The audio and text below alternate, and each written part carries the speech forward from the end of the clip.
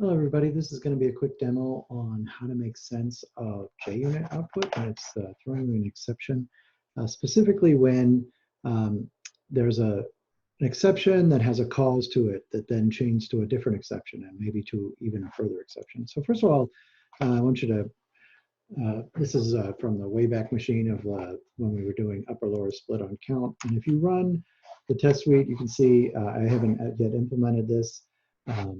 And so I've implemented all the other ones, but this one is what's called throwing an error because it's an exception. If I were to take this out and just simply return -1, right, which is not going to be the count ever, you'll see it changes over here to failures. This means it's like failing this test. And it's, telling me like it did not count correctly. It should be 100, but it was -1, right? That's sort of an error. If I go back to my exception, so that's a failure of a test, right? When I did the first one, when I run this one, which has an exception, it actually converts it over to an error. Okay, so if I go back to this return -1 thing, and it's just failing things, but I throw any exception at all, so let's say I make a string s and it's null, and I chase that null pointer by saying like s.charadd, let's say 10. It's now not just going to be the not yet implemented exception, this is going to throw a null pointer exception. And if I just click on the top line, it tells me exactly where it is. Like, by the way, also Eclipse in this case is actually trying to tell me it can only be null. You won't always get that lucky, but that's what's happening there. If I were to put it inside of, say, a finish, which had an async, right, very reasonable bit of parallel code here, and I put this code in here, right, what's going to happen? It's going to throw this exception, but the way in which we have to sort of launch these tasks, this is going to come back with an execution exception. You can see these on all of our parallel code, is that whenever you want to do something in parallel and join it, you got to both catch interrupted exception, like it could be canceled, or something went wrong in the actual execution of that task. And what it does is it says right here, it's going to you can inspect it with this get caused, right? So trying to join these tasks, or called get on them, made it so there was an execution exception. It failed, right? It caught that and it gave you an exception for the execution exception over here, right? It was in finish, all these other things, right?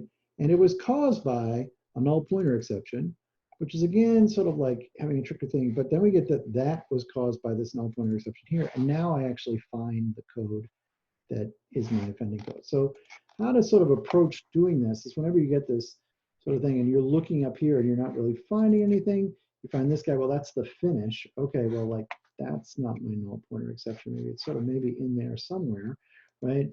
A lot of times you got to tune down and be like, all right, that was caused by this null pointer exception. Is there any of my code in there?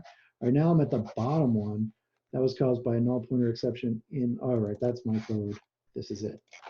Okay, and so this is not too uncommon. Like I said, like all exceptions have this, often have like the blank one, the string one, and then both a string message and some cause. And if you go all the way up to throwable, on here, there'll be like some function called get cause. If you actually wanted to catch it, you could look at this, right? And what JUnit is doing here is printing it. And if you throw an exception in main, it will do sort of the same thing. So that's what happens whenever you're doing something in parallel or launching a task. It sort of throws this execution exception. Like it was actually trying to execute your task and threw an exception, and it tells you about it there. So let's go to another thing that'll happen. This actually is an invocation target exception. So let me run the scan test suite. And this is going to give a different version of the problem. It gives an invocation target exception. That's because this is a private method. I'm trying to test it.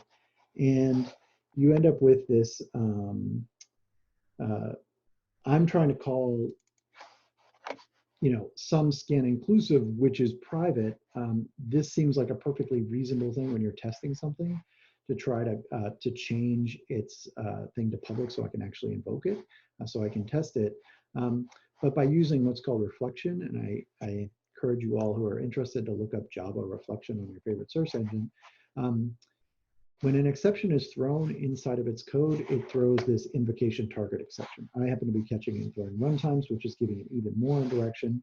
Um, but either way, like that's what's happening there. And if I return null, right, it goes from like throwing an error to a failure, and now I get my information. If I put back in this, you know, throwing some arbitrary exception again, I'll get this invocation target exception. So that's what it's saying. So if you're trying to figure out like, oh, I'm throwing an invocation target exception, what is that? Well, it could be literally anything in your code, right? And so you have to sort of come down here and be like, all right, well, where is this? Well, that's not exactly what I'm looking for, right? That's in there. You're trying to find something in here from the top that's in your code, right? It's like, all right, well, that's the test. Well, here's the reflection stuff. It's not there. All right, well, this is my code, scan studio effective thing, like there it is. And so this is definitely something that, you know, comes up. It happens not just in 231, this ability to, that sometimes there's a certain amount of indirection in what you're doing. And so the exceptions themselves, or whatever throwable it is, has an exception, and then you have to chain into its cause. And you have to do this in when you're trying to find some information to debug. I hope this helps, and good luck.